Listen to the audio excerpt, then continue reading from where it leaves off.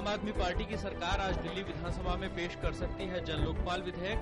कल विधानसभा का पहला दिन चढ़ा हंगामे की भेंट।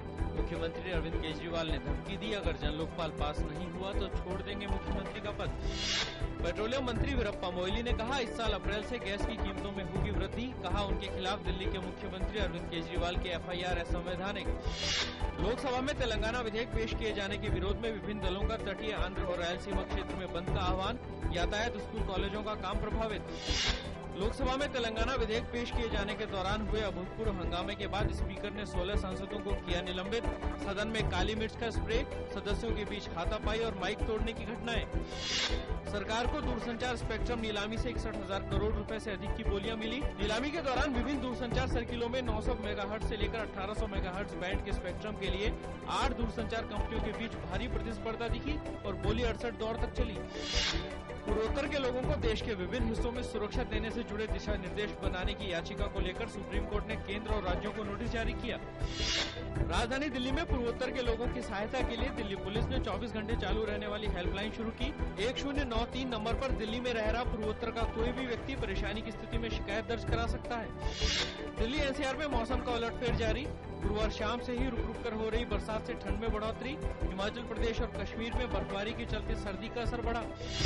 महंगाई के मोर्चे पर अच्छी खबर। दिसंबर के 6.16% के मुकाबले जनवरी में महंगाई दर घटकर 5.05% पर आई।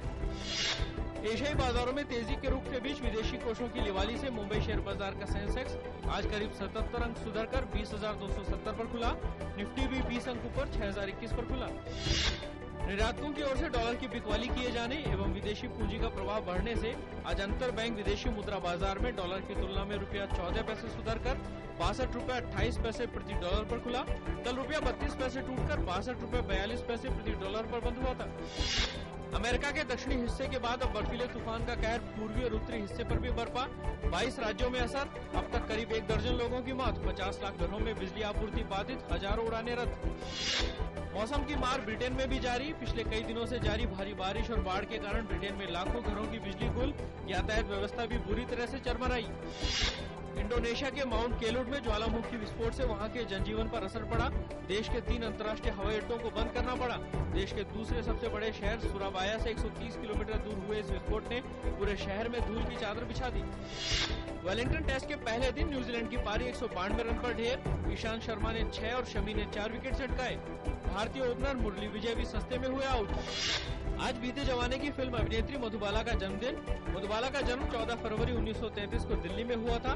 सदाबहार खूबसूरती, दिलकश अदाओं और दमदार अभिनय के दम पर मधुबाला ने करीब 2 दशकों तक सिने प्रेमियों के दिलों पर राज किया।